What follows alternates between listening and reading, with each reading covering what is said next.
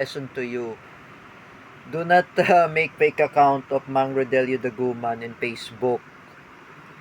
Because you're the one who bully Mang Rodelio Daguman in Facebook.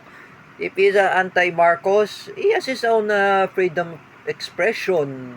Oh, like Mang Rodelio Daguman, he has his own freedom of expression. Oh, if he's a pro-Duterte, if he's a pro-Sara Duterte, if he likes Sara Duterte, if he likes Rodrigo Duterte, if he's an anti-Marcos, he is cerebral palsy. Oh, he has his own freedom of expression.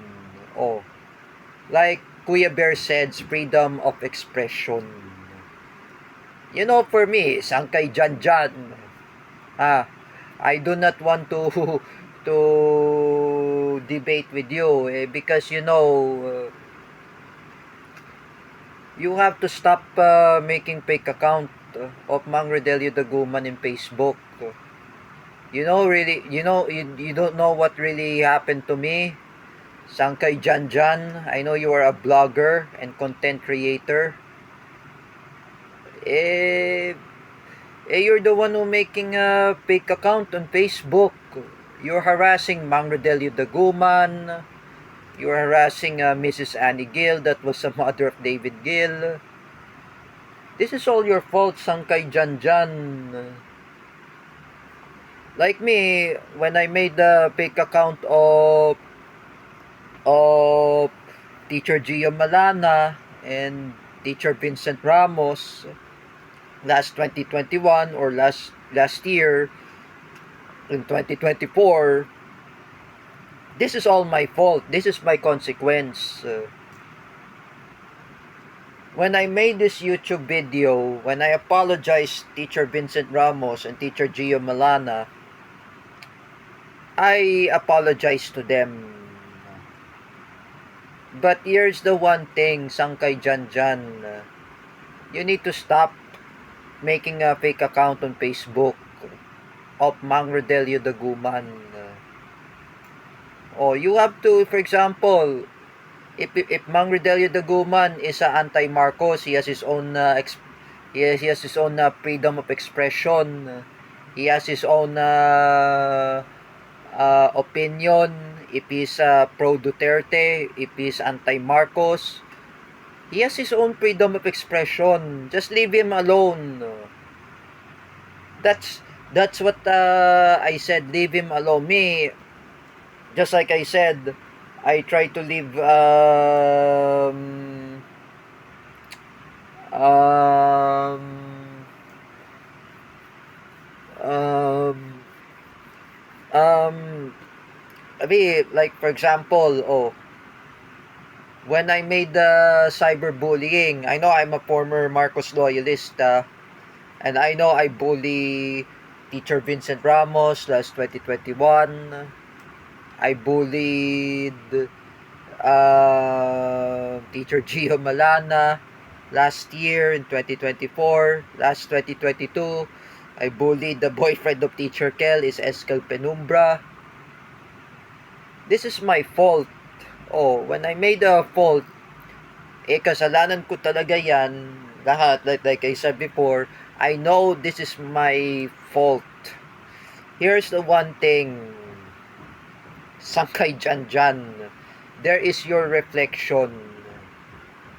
You and Kuya Kopio and Teacher May Tiburcio and other Marcos loyalists who were fake Filipinos, all of you have no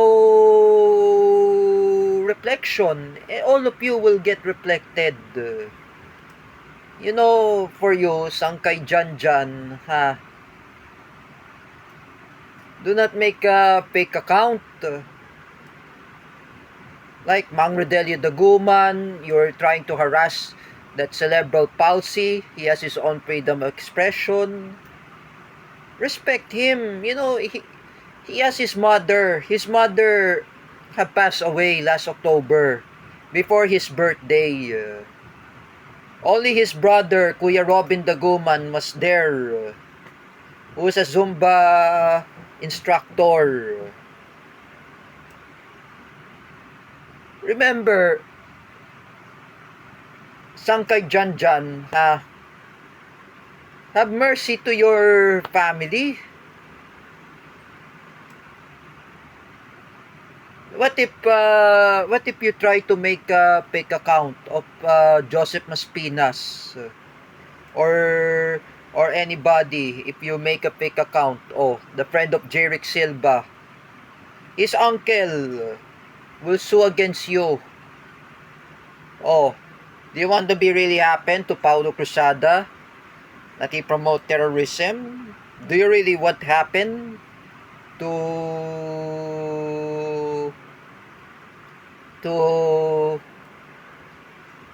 to Jeffrey Asedio and Gina Asedio, that they were sued by the uncle of Joseph Maspinas? They filed a lawsuit. You remember that? You remember that Joseph Maspina's uncle had filed a lawsuit against Paulo Cruzada, Gina Asedio, and Jeffrey Asedio, and Jim Macasandil for promoting terrorism. If you try that to Joseph Maspinas, the friend of Jerick Silva, Sangkay Janjan, if you make a fake account of his name, the uncle of Joseph Maspinas will file the lawsuit against you. He will file. You will get sued.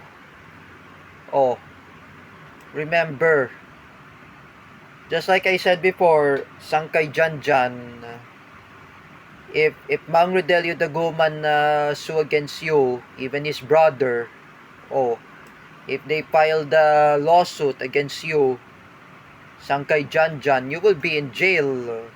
Sangkay Janjan, you will be in prison. If you're in prison, who will meet all the content creators, even bloggers? That is not freedom of expression, Sangkay Janjan. Bullying of Mang Rodelio Daguman, that he is an anti-Marcos, if he is a pro-Duterte, that is defamation. That is a cyberbullying. That is a cyber libel. Just remember that, Sangkay Janjan.